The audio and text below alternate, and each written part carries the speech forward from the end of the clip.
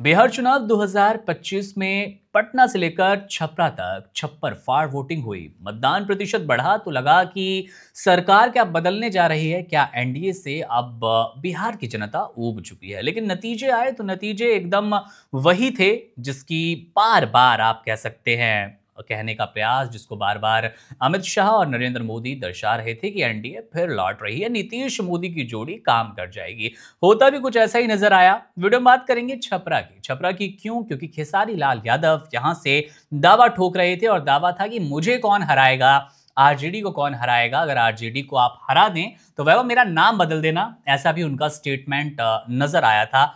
हुआ क्या, आप चुनाव हारते हैं और चुनाव हारते हैं छोटी कुमारी से, जो कि बीजेपी प्रत्याशी थी। 7600 वोटों से आप चुनाव हार जाते हैं और ये कुछ एकदम से नहीं हुआ था वैभव।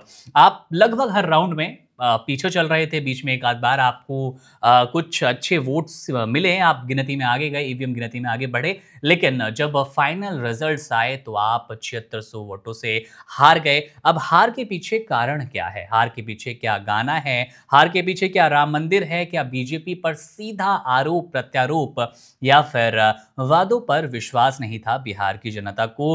वैभव, किन कारणों के पीछे हम जा सकते हैं जब बात हम करेंगे खिसारी की हार की, बात करेंगे उस सीट की जहां पर आरजेडी दावा ठोक रही थी और खिसारी तो मान के बैठे थे कि विधायक बनना तय है, ये सीट कहीं नहीं जाएगी। जी बिल्कुल, आपकी इसी बात में या कहें इसी सवाल में ही जवाब है। खेसारी लाल यादव का अति आत्मविश्वास उन पर भारी पड़ा है। देखिए, खेसारी लाल यादव एक सेलिब्रिटी हैं, वो भोजपुरी के बड़े सिंगर हैं, अभिनेता भी हैं, और इस चीज का उन्हें कह लें गुमान सा हो गया था।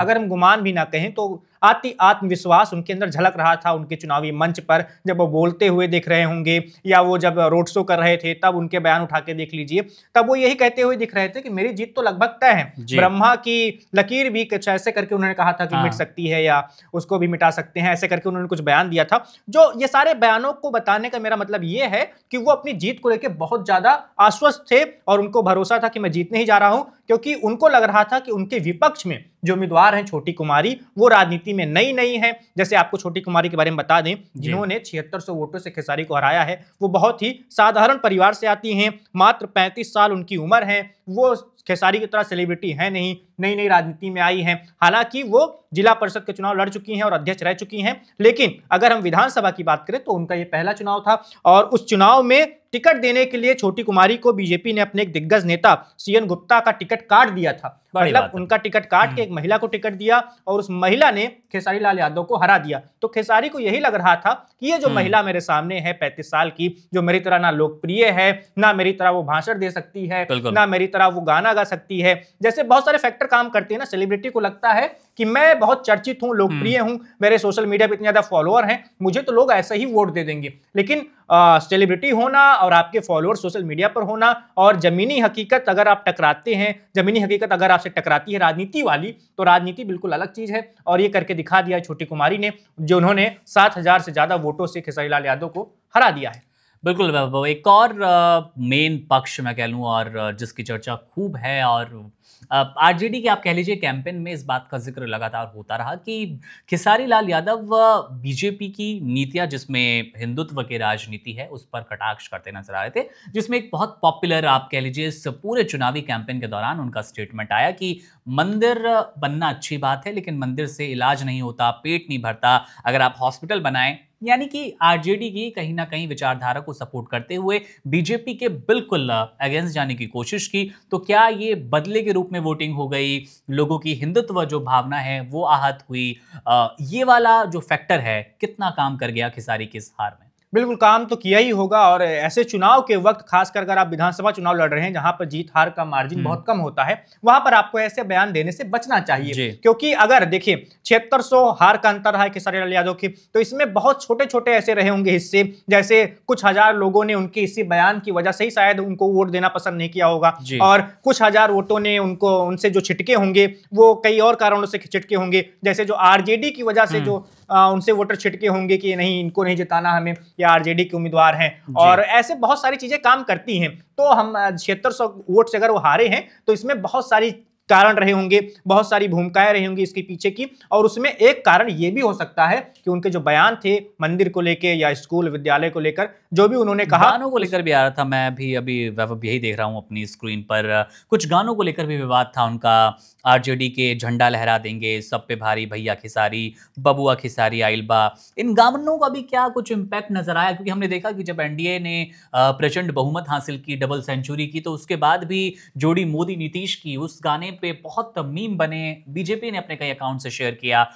तो तमाम ऐसे हमारे दर्शक हैं, तमाम ऐसे जानकार हैं, बिहार के वोटर्स हैं जो कह रहे हैं कि इन गानों का भी असर था। इसे कैसे देख रहे हैं? बिल्कुल गानों का असर रहा होगा, ऐसा मैं कह नहीं सकता हूं पूरे पक्के तौर पर कि यही असर होगा। लेकिन देखिए, मैंने आपको जैसा कि कहा कि विधानसभा चुनाव में आपके जीत हार में बहुत सारे फैक्टर काम करते हैं। और विधानसभा अगर आपकी छोटी है, जहां पर मतदाताओं की संख्या कम है, 4-5 लाख के करीब नहीं है, वो 2-2.5 लाख ही है, और उसमें भी वोट पड़ते हैं वो 1.5 लाख के करीब ही पड़ते हैं, तो वहां पर तो बहुत छोटी जीत हार का अंतर होता है और उसको पाटना उम्मीदवार के लिए बहुत मुश्किल काम होता है। देखो, गाने का असर तो बिल्कुल पड़ा होगा। विधानसभा चुनाव, लोकसभा चुनाव, कोई भी चुनाव हो तो उसमें दो तरह के वोटर होते हैं। एक होता है कि जैसे अभी हम बिहार की बात करें तो एक एनडीए का वोटर होगा, एक होगा महागठबंधन का वोटर। इसके साथ ही विधानसभा चुनाव में वो वोटर होते हैं जो पहले से तय करके नहीं रखे होते हैं कि हमें किसे वोट देना है। वो मतदान स्थल पर पहुंचने से पहले या वहां पर पहुंचने के बाद तय करते हैं कि अच्छा चलो इसको दे देते हैं।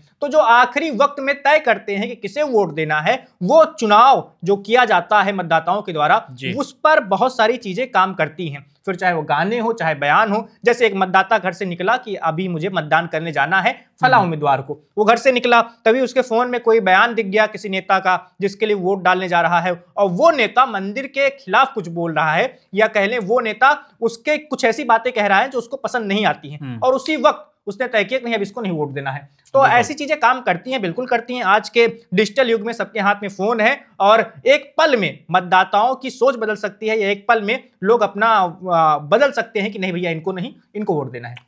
बिल्कुल, यानी कि राम मंदिर वाला वो पक्ष, वो बयान, स्थानीय मुद्दों पर बात ना करके खेसारी लाल यादव इस पूरे चुनावी कैंपेन के दौरान बड़े इसमें मैं एक बात जोड़ दूं, अगर विधानसभा चुनाव अगर आप लड़ रहे हैं, आप सेलिब्रिटी हैं, अच्छी बात है। अगर आप चुनावी राजनीति मानना चाहते हैं, ये भी अच्छी बात है। जनसेवा करना चाहते हैं, जनता के लिए काम करना चाहते हैं, लेकिन एक बात जिसमें आपको ध्यान रखनी होती है कि विधानसभा चुनाव में आप अगर जितना लोकल मुद्दों पर रहें उतना आपके लिए बेहतर होता है। कि किस इलाके में सड़क अच्छी नहीं है, कहाँ पर स्कूल अच्छे नहीं है, कहाँ पर बिजली व्यवस्था ठीक नहीं है, कहाँ पर बिजली के खंभे नहीं है, इन सब चीजों पर अगर ज्यादा ध्यान दे तो वो आपके लिए बेहतर होता है। अगर विधानसभा चुनाव में जबरदस्ती आप राष्ट्रीय मुद्दे खींच कर लाएंगे, आप मंदिर की बात करने लगेंगे या अंतर्राष्ट्रीय बातें करने लगेंगे कि देखो मोदी जी ने यहाँ वो कर दिया, इनसे रिश्ते बिगाड़ लिए, अमेरिका मोदी जी को डरा रहा है, ऐसी करके अगर आप बातें करेंगे तो वो सब चीजें आपको नुकसान करेंगी। तो विधानसभा चुनाव में अगर आप लड़ रहे हैं तो आप मुद्दों को बहुत लोकल ही रखिए। जो विधानसभा क्षेत्र की बातें हैं, मुद्दे हैं जनता से जुड़े हुए, उन पर बात कीजिए, तो शायद आप फायदे में रहेंगे। बिल्कुल, वैभव ने और अच्छे से आपको बताने की कोशिश की कि खेसारी के साथ जो मेन प्रॉब्लम थी, जो मुख्य समस्या थी, वो यही थी कि चुनाव के दौरान वो स्थानीय मुद्दों से भटक कर सीधे बीजेपी से, एनडीए से भिड़ने की कोशिश कर रहे थे, और उन्हें वही लग रहा था, क्योंकि चेहरा वैभव मोदी का ही याद आता है कि चलिए राष्ट्रीय स्तर पर भिड़िए आप सीधे। मोदी ने राम मंदिर के लिए पेशकश की थी, राम मंदिर में बनवाने में बहुत सहयोग किया और क्रेडिट भी मिलता है बीजेपी को, तो आप सीधे राम मंदिर वाले मुद्दे से भिड़िए आकर, आपको शायद जो दूसरे पक्ष की जनता है वो जनता आपके साथ हो जाए। लेकिन इसका असर नजर नहीं आया, एकदम फीका पड़ता नजर आया। एक अंतिम सवाल लूंगा, छोटा सा जवाब भी चाहूंगा वैभव आपसे कि क्या आरजेडी चुनकर खेसारी ने गलती कर दी? अगर वो बीजेपी से या एनडीए के किसी दूसरे घटक दल से जुड़कर वहां पे अगर चुनावी मैदान में आते तो नतीजे कुछ और होते। बिल्कुल, अगर वो एनडीए से आते तो निश्चित तौर पर इस बार एनडीए की जैसी लहर देखने को मिली है वो जीत ही जाते। लगभग 7600 का अंतर बहुत बड़ा होता नहीं है। लेकिन देखिए, इस पर भी बात उठती है कि आप किस पार्टी से चुनाव लड़ेंगे, आपकी व्यक्तिगत पसंद क्या है, ये आपकी सोच पर भी निर्भर करती है। अगर खेसारी लाल यादव को लगता है कि उनकी विचारधारा, उनके विचार, उनकी सोच और वो जैसा वो चाहते हैं राजनीति करना, वो सब अगर आरजेडी से मेल खा रहा है तो उनके लिए आरजेडी ही बेहतर पार्टी है। अब इस चुनाव में उनको भले ही हार मिल गई हो, लेकिन अगर वो डटे रहेंगे मैदान में और छपरा की जनता के लिए हमेशा जुड़े रहेंगे, उनसे मिलते रहेंगे और मुद्दे उठाते रहेंगे, तो निश्चित तौर पर 2030 में शायद उनको छपरा वाले फिर से चुन लें। इस बार अगर हरा दिया तो पिछली बार जिता भी सकते हैं अगली बार। बिल्कुल देखना दिलचस्प होगा, लेकिन इसके लिए अब इंतज़ार करना होगा खेसारी को, वो भी 5 सालों का इंतज़ार। पर वही वाली बात है वैभव की, पूरे चुनाव के दरमियान हमने देखा, कैंपेनिंग के दरमियान हमने देखा कि मनोज तिवारी से वो मिलते हैं, उनके साथ मीठी-मीठी बातें करते हैं। पवन सिंह के लिए भी डायरेक्ट कुछ आरोप नहीं, प्रत्यारोप नहीं करना चाहते। रवि किशन को लेकर भी उनकी कुछ ऐसी ही बयानबाजियाँ सामने आई। उसके पीछे पूरी वो भोजपुरी इंडस्ट्री और भोजपुरी इंडस्ट्री के बड़े स्टारों का बीजेपी के साथ होना, एनडीए के साथ होना एक वजह हो सकता है। तो चलिए अब देखते हैं कि क्या आरजेडी के साथ ही रुक कर 5 साल इंतजार करेंगे खेसारी लाल यादव, या फिर कुछ खबर आती है दल बदलू होने की, बीजेपी एनडीए की तरफ क्या वो रुक करना चाहेंगे, ये तो भविष्य के गर्भ में है। अब आपके मन में अगर कोई सवाल है छपरा सीट को लेकर, आपके मन में सवाल है कुछ खेसारी लाल यादव को लेकर, तो कमेंट बॉक्स आपके लिए ही है, वहां पर अपनी राय दीजिएगा। कोई सवाल वहां छोड़ के जाइएगा, आपके लिए नया वीडियो जरूर बनाएंगे। मेरा नाम है मुकुंद, स्टूडियो में हमारे साथ थे वैभव मिश्रा। आप बने रहिए वन इंडिया के साथ। शुक्रिया। Subscribe to One India and never miss an update. Download the One India app now.